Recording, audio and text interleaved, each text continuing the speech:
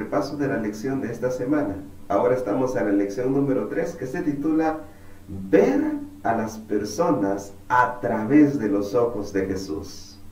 Y lo que vamos a comprender en esta lección es que una de las cosas que Dios anhela ver es que todas las personas respondan al llamado amoroso que Él les hace de salvación. Pero también Dios desea ver que cada uno de sus discípulos también responda al llamado de involucrarse de manera activa en el cumplimiento de la misión. Nuestro versículo de memoria es: y les dijo, venid en pos de mí y os haré pescadores de hombres. Esto lo encontramos en Mateo capítulo número 4, verso 19.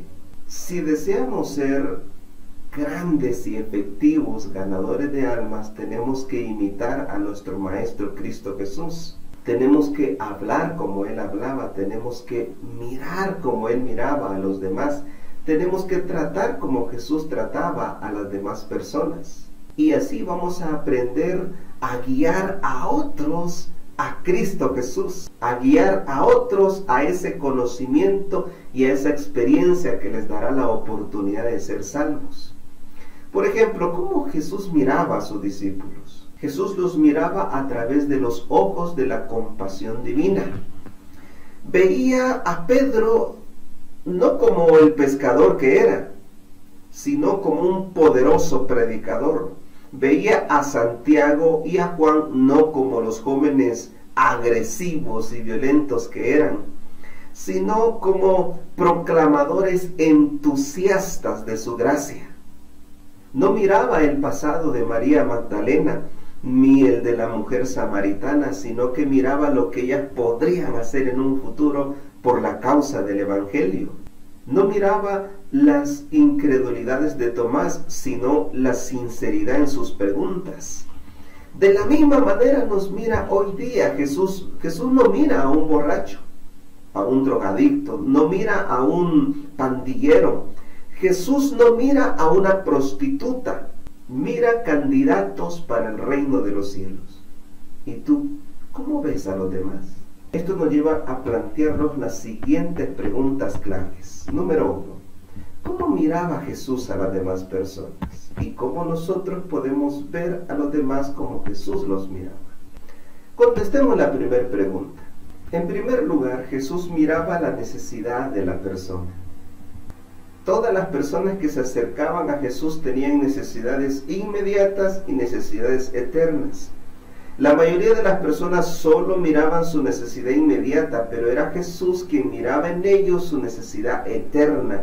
Y Jesús abordaba a las personas a través de su necesidad inmediata para poder también suplir su necesidad eterna.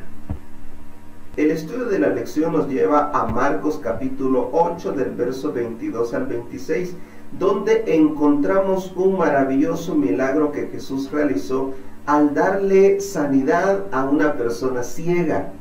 Y este relato tiene dos palabras claves: trajeron y rogaron. ¿Quiénes fueron los que trajeron al ciego? Fueron sus amigos, las personas que estaban cerca de él, las personas que diariamente lo veían mendigar. Esas personas fueron las que trajeron al ciego a Jesús, y fueron también las que le rogaron a Jesús que lo sanara, que lo atendiera. ¿Qué nos enseña esto, hermanos? Que muchos no vendrán a Jesús a menos que alguien los traiga, a menos que alguien los guíe, a menos que alguien los conduzca a Jesús. Es ahí donde nuestro papel es acercar personas a Jesús. No importa quiénes sean, no importa cómo se encuentren, no importa cuál sea su condición. Nuestra función es acercar personas a Jesús. ¿A quién has acercado a Jesús? ¿Cuándo fue la última vez que trajiste una persona para Cristo? ¿Cuándo fue la última vez que compartiste tu fe o diste un estudio bíblico? Yo te animo a reavivar ese espíritu misionero en tu vida. Como dijimos, nuestra función es acercar personas a Cristo, no alejarlas de Él. No alejes a las personas de Cristo. no crees prejuicio contra el Evangelio, contra la iglesia o contra Jesús con tu conducta. Ahora, en este relato de la sanidad del ciego de Marcos 8 ocurre algo bastante singular. ¿Por qué? Porque en la mayoría de los milagros Jesús solo hace el milagro mencionando la palabra o tocando una sola vez a la persona. Pero en esta ocasión lo que vemos es que Jesús tiene que tocar 2 veces al ciego. Pero recordemos que todo lo que Jesús hace lo hace con un propósito, con un objetivo, con una enseñanza.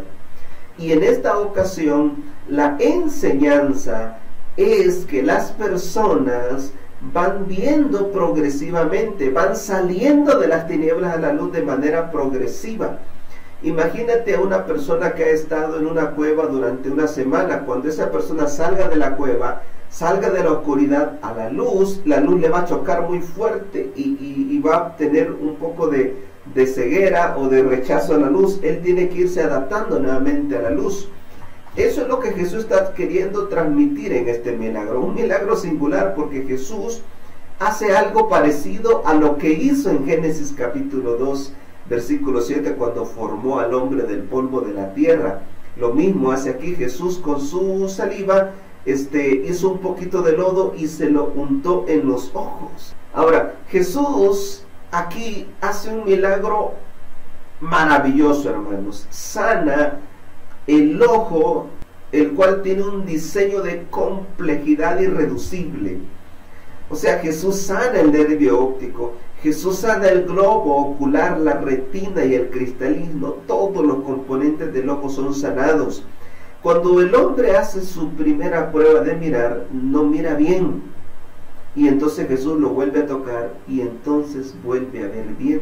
¿Qué significa eso? Que nosotros tenemos que a veces tenerle paciencia, llevarla progresivamente. ¿Por qué? Porque Jesús no miraba a un ciego. Jesús miraba a alguien que volvía a recuperar la vista. Jesús miraba a alguien que iba a ver claramente, aunque progresivamente, en este caso en 2 pasos. ¿Qué es lo que sucede? Nosotros le abrimos la palabra de Dios a la gente, le mostramos lo que la Biblia dice y a veces la gente al principio no lo ve bien, no lo ve con claridad, no lo entiende. ¿Qué tenemos que hacer? Tenemos que tener paciencia. A veces las personas van viendo de manera progresiva. ¿Por qué algunas personas no ven claramente al principio?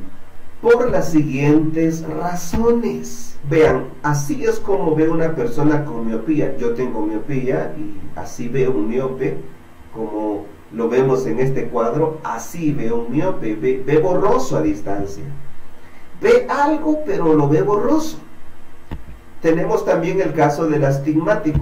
En una parte está la visión normal y en la otra está la visión con astigmatismo. Una persona astigmática lo ve de manera desenfocada. Tenemos también a la persona hipermétrope que tiene problemas para enfocar, ve bien de lejos pero no de cerca. Esto es el que padece de hipermetropía. ¿Y qué sucede con el que tiene presbicia, que no puede leer, que tiene que alejarse o acercarse porque no puede leer las letras? O sea, todas estas personas ven algo, pero no lo ven con claridad. ¿Qué significa esto, hermanos? Debemos tener en cuenta que algunos ciegos espirituales ven algo, pero no todo lo ven con claridad. Y por eso nosotros tenemos que tener paciencia cuando los conducimos de las tinieblas a la luz. Del mismo modo, en la iglesia tenemos ciegos espirituales que no ven con claridad, que no ven las almas, que no ven las necesidades. Por ejemplo, un miope espiritual no puede ver las necesidades claras que hay en una persona. Un astigmático espiritual va a ver con prejuicios, ¿verdad? Con preconceptos, ¿verdad? No, que la raza, no, que la religión, no, que la posición social, hay prejuicios en él.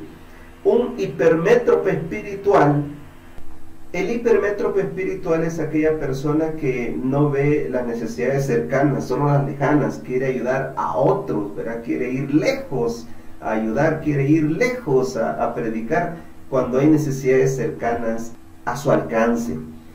¿Y qué pasa con el présbico espiritual? El présbico espiritual es aquella persona que le cuesta ver un escrito está, le cuesta entender un escrito está, aunque está escrito en la Biblia, aunque lo está leyendo, le cuesta asimilarlo, le cuesta aprenderlo, y por consiguiente le costará practicarlo. Por lo tanto, Jesús nos manda a tenerle paciencia. Número 2, ¿cómo Jesús miraba? Jesús no miraba a las personas como eran, sino cómo podían llegar a ser. Y aquí la lección nos llevaba a aquel incidente muy conocido que se registra en San Juan capítulo 4 del verso 3 en adelante, donde está su encuentro con aquella mujer samaritana. Resulta ser que los samaritanos surgieron porque el reino norte de Israel, cuando fue barrido, cuando fueron las 10 tribus exterminadas y dispersadas, el rey de Asiria mandó a repoblar ese sector, mezclando a algunos israelitas con gente de otras naciones. Y estas personas de otras naciones pues traían otras prácticas, las cuales mezclaron con el verdadero culto a Jehová. Por tanto, para los judíos, los samaritanos se volvieron despreciables, ¿verdad? Por sus prácticas paganas, por sus mezclas con el culto a Jehová. Y es así que había una brecha aparentemente insuperable. O sea, había muchos prejuicios, muchos preconceptos de por medio, pero veamos qué fue lo que hizo Jesús. En este caso, es ver como Jesús ve, es ver con los ojos del cielo. Y el cielo mira al ser humano pecador con aceptación y compasión. O sea, no importa su religión, no importa su raza o sus creencias, el cielo mira a esa persona con aceptación y con compasión. Y nos enseña que no debemos ver lo siguiente. ¿Qué es lo que no debemos ver en las personas? Pues no debemos ver su pasado, no debemos ver su raza, su religión, no debemos ver su sexo, no debemos ver su posición social como barreras para que no le demos el evangelio. Eso es lo que no se ve. ¿Qué es lo que debemos ver? Como dijimos en el punto anterior, debemos ver su necesidad inmediata para tratar de suplir esa necesidad inmediata, y esto nos abre la puerta para poderle suplir su necesidad eterna. Esta mujer tenía una necesidad inmediata y también tenía una necesidad eterna que ella no se había dado cuenta. Ahora, ¿cómo se le acercó Jesús a esta mujer samaritana? Jesús le hizo un pedido, y para hacerle ese pedido, Jesús atravesó la barrera religiosa, Jesús atravesó la barrera étnica y de género y le pidió agua. Le dijo, dame de beber. ¿Por qué le pidió agua? Porque en esas culturas orientales no se le niega el agua a nadie. El agua es como sagrada para ellos y no se le niega a nadie. Y esto es muy interesante porque del mismo modo, el agua de vida eterna, el agua de salvación no se le niega a nadie, hermanos. Debe compartírsele. Entonces Jesús le hizo un pedido y eso rompió el hielo, abrió la puerta y Jesús tocó ahí donde tenía que tocar. La mujer se sorprendió.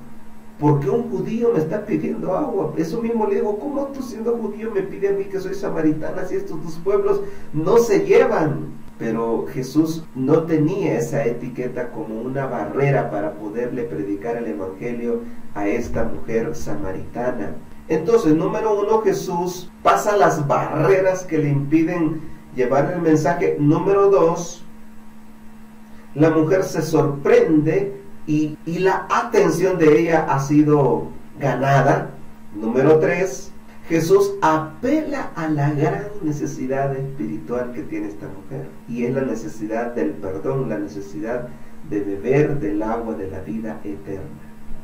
Seguidamente Jesús hace algo que demuestra su mesianismo, porque Jesús le dice, yo soy el Mesías, el que está frente a ti es el Mesías. y para darle una evidencia de que Él es el Mesías, a la fe de esta mujer le revela su pasado, no para condenarla, no para juzgarla, no para criticarla, no para señalarla, sino para darle esperanza, para ofrecerle perdón y una segunda oportunidad. Jesús le dijo: sí, es verdad, has tenido 5 maridos y el que ahora tienes, que sería el sexto, tampoco es tu marido, tampoco te has casado con él. La mujer se sorprendió: ¿cómo lo sabe? No hay otra opción, tiene que ser el Mesías. Y entonces esta mujer samaritana se convierte en una testificadora, porque ahora va al pueblo a decirle a los demás que se ha encontrado con el Mesías, que se ha encontrado con Jesús, que se ha encontrado con el Cristo, y trae a otros. ¿Cómo Jesús miraba a las personas? Jesús miraba a los cercanos. Claro, Él estaba pendiente de llevarle el Evangelio a los lejanos, pero también estaba pendiente de los cercanos. Y aquí la cartilla pues nos lleva, por ejemplo, a San Juan 1, 40 y 41, donde está el ejemplo de Andrés, el cual también encontramos en San Juan 6 y en San Juan 12. En este punto la lección nos está enfatizando lo siguiente: tenemos que testificarle a los que nos rodean, a los que están cerca de nosotros. El arte de ganar almas es el arte de hacer amigos. Y nosotros hemos sido llamados a hacer amigos con propósito, amigos con objetivo, amigos con la meta de poder compartir con ellos a Cristo Jesús, nuestro Señor y Salvador. Y eso era lo que hacía Andrés. Andrés le predicaba a los que estaban cerca de él. Recuerden que él le predicó a su hermano, le predicaba a sus amigos, incluso en el milagro que aparece ahí en Marcos 12, al niño que estaba cerca, él le habló de Cristo y el niño le regaló su refacción que llevaba aquellos panes y peces con los que Jesús hizo ese extraordinario milagro. Pero aquí la pregunta es: ¿por qué no gano a los cercanos? O sea, si no has ganado a tus amigos, si no has ganado a tus familiares, a los de tu casa, a los más cercanos, es porque estás usando un mal método. El método es hacer amigos, no es pelear con tus familiares, no es criticarlos, no es señalarlos, no es decir mi religión es mejor que la tuya, no es señalarles su mala conducta, no es crear barreras, no. El método de Cristo es hacer amigos, está basado en la amistad. Veamos por ejemplo lo que hizo Andrés. San Juan 1:40 nos dice que el primer discípulo de Cristo fue Andrés. Dice que Juan el Bautista le dijo a Andrés y a otro que siguieran a Jesús. Entonces Andrés fue y trajo a Pedro. Por eso es que cuando Jesús le dijo, me dejas predicar en tu barca, Pedro ya lo conocía. Por eso es que cuando Jesús le dijo, boga mar adentro, Pedro ya lo conocía, pero no había recibido un llamado directo todavía Pedro. Entonces Andrés trae a Pedro. Ahora, el deseo de toda la gente, en la página 117, dice que el segundo discípulo en seguir a Cristo fue Juan. Y Juan trajo a Jacobo, su hermano. Vean cómo estos discípulos son los que le predican a los cercanos, a los que están ahí a la par de ellos, a sus familiares. Y a veces a la familia esa es la que más cuesta predicarle, porque ellos no conocen y van a decir, ¿y qué se cree si yo lo conozco? Pero vemos que Andrés le predicó a su hermano, Juan le predicó a su hermano, y también San Juan 1:43 dice que Felipe trajo a su amigo Natanael. Trajeron a sus cercanos, a los que estaban ahí cerca de ellos. Vean esta extraordinaria cita, lo que dice: con el llamamiento de Juan, Andrés, Simón, Felipe y Natanael empezó la fundación de la iglesia cristiana. Juan el Bautista dirigió a 2 de sus discípulos a Cristo. Entonces uno de ellos, Andrés, halló a su hermano y lo llevó al Salvador. Luego Felipe fue llamado y buscó a Natanael. Estos ejemplos deben enseñarnos la importancia del esfuerzo personal de dirigir llamamientos directos a nuestros parientes, amigos y vecinos. Yo quiero desafiarte en el nombre de Jesús. ¿A quién tiene que hacerle un llamamiento directo esta semana? Ahí lo dice, a tus parientes, amigos o vecinos. ¿Cómo miraba Jesús a las demás personas? Pues los miraba con misericordia, especialmente a los problemáticos y difíciles. ¿Quiénes eran los problemáticos y difíciles en el tiempo de Jesús? Bueno, estaban sus hermanastros, que debemos recordar que cuando José se casó con María, María era el segundo matrimonio de José. Probablemente su primera esposa había muerto y había tenido hijos con ella, hijos e hijas. Esos son los hermanos y hermanas de Jesús, que en realidad eran, por decirlo así, sus hermanastros y hermanastras. Ellos no creían en el mesianismo de Jesús. Es más, cuando Jesús empezó a predicar, dice la palabra del Señor que trajeron a su mamá para hacerlo volver a la casa. Recuerden que a Jesús le dijeron: Maestro, tu madre y tus hermanos te buscan. Y Jesús dijo: mi madre y mis hermanos son los que hacen la voluntad de mi Padre. O sea, Jesús sabía que lo estaban buscando para llevarlo de regreso a la casa, porque sus hermanos, que lo vieron crecer desde chiquito, decían que Jesús estaba loco al decir que era el Mesías, que Jesús estaba loco al predicar lo que predicaba. ¿Cómo es posible que haga eso? Si es nuestro hermanito. Así pensaban ellos. Bueno, otras personas difíciles eran los escribas, ¿verdad? Que ellos memorizaban porciones enteras de la Biblia y se creían pues doctores de la ley. Otras personas difíciles eran los fariseos, que estaban constantemente siguiendo a Jesús para buscar cualquier error, cualquier equivocación, cualquier ocasión de hacerlo quedar mal. También estaban los enemigos acérrimos del ministerio de Jesús, que eran los saduceos, y quizás de los más duros, ¿verdad? No creían en la resurrección. No, es más, ellos hasta pensaban en matar a Lázaro, porque la resurrección de Lázaro botó muchas de sus creencias que tenían. Tenemos también a los romanos, que hacían un trato durísimo contra los judíos. Jesús lidió con todos ellos, personas difíciles de tratar, difíciles de evangelizar, difíciles de soportar a veces, pero los ganó a algunos de ellos. Tenemos, por ejemplo, a Jacobo. Bueno, él ganó a muchos de sus hermanos, y uno de sus ejemplos es Jacobo, el hermano mayor.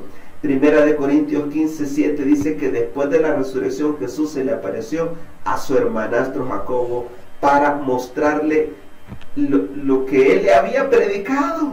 Yo me imagino esa escena impactante. Jesús se aparece ante Jacobo y le dice: Jacobo, ¿te recuerdas que te dije que yo era el Mesías? Vine a probártelo, mira mis manos, mira mi costado. Tú me viste morir, Jacobo. ¿Viste cómo me enterraron?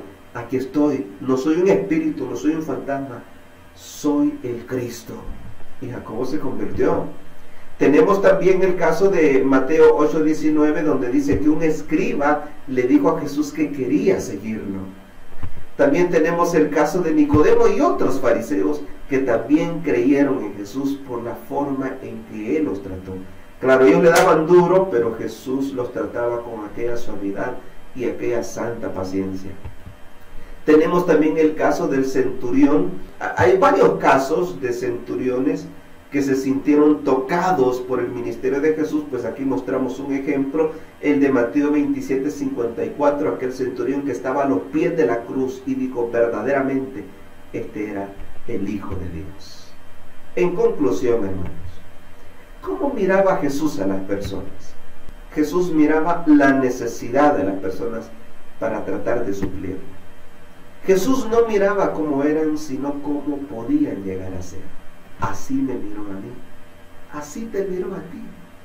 Mira así a las demás personas. No mires al borracho, mira cómo el borracho puede llegar a ser. No mires a la prostituta, mira cómo la prostituta puede llegar a ser en Cristo.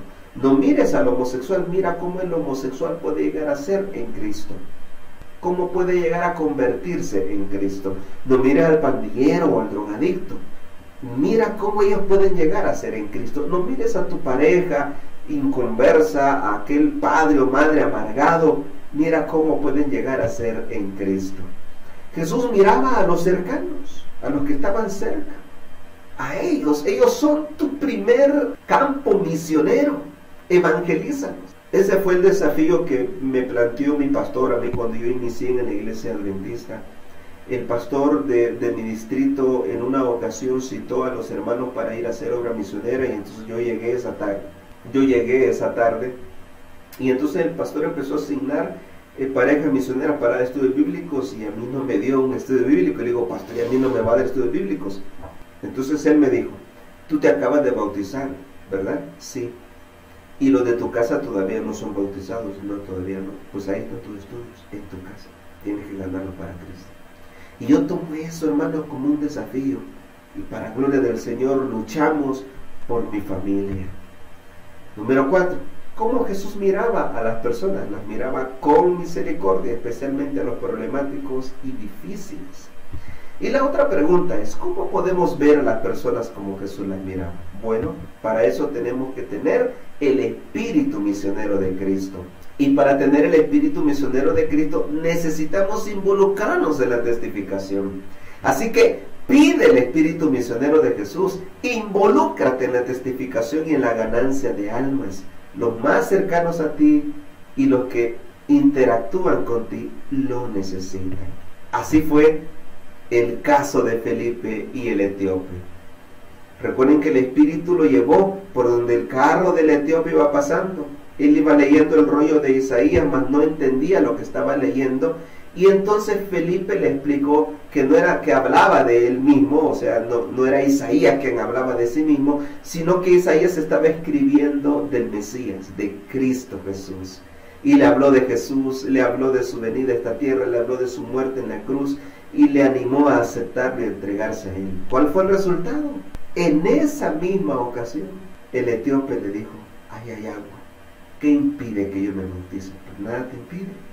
Y entonces Felipe bautizó a aquel etíope, a aquel eunuco, que era un africano, era un negrito africano. Así que el etíope nunca más se volvió a ver con Felipe. El etíope volvió a Etiopía, allá en el norte de África, y estableció una de las primeras naciones cristianas de África, y que guardaban el sábado como día del Señor.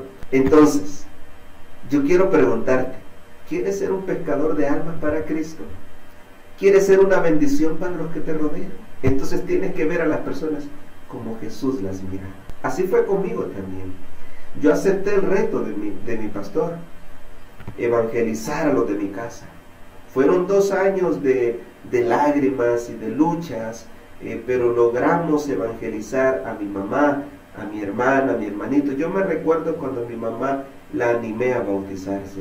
Ella dijo, pero ¿qué voy a hacer con la farmacia? Tenía dudas como cualquier persona, ¿no? Pero al final, gloria sea al Señor, ella aceptó bautizarse. Y cuando ella me dijo, yo me voy a bautizar, mi hermana también me dijo, yo me quiero bautizar. Y mi hermanito también se bautizó. Llevamos esas 3 almas preciosas a los pies de Jesús. Faltaba mi papá y mi hermano mayor. Mi papá tardó 17 años en venir a Cristo. No fue fácil.